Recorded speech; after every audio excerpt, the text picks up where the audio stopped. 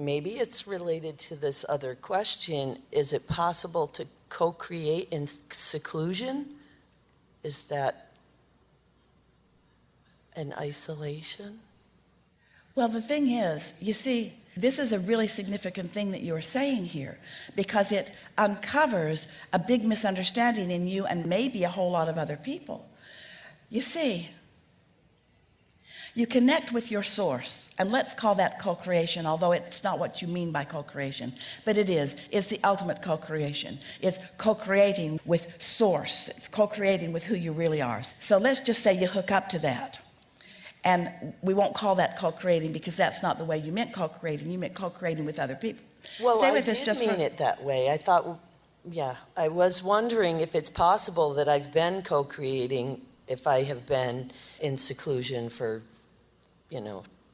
Well, primarily in seclusion for 20 years. let us follow through on this, because when you come into alignment with who you are, that's co-creation at its best. And then inspiration comes and you begin rendezvousing with others, which is what humans usually want to call co-creation. In other words, when you take the time to hook up to that energy, one who's connected to this stream is more powerful than millions who are not. The leverage of alignment is so significant that we can't even find relational words in order to help you to understand it.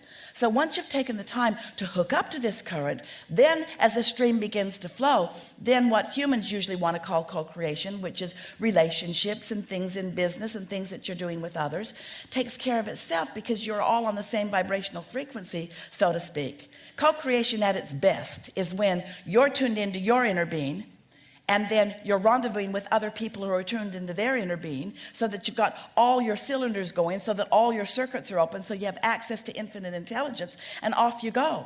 So you're a mix of people with lots of things in your vortex, with lots of things that you desire, and so much intelligence, so much human intelligence, so much experience, so much probability of really co-creating in powerful ways.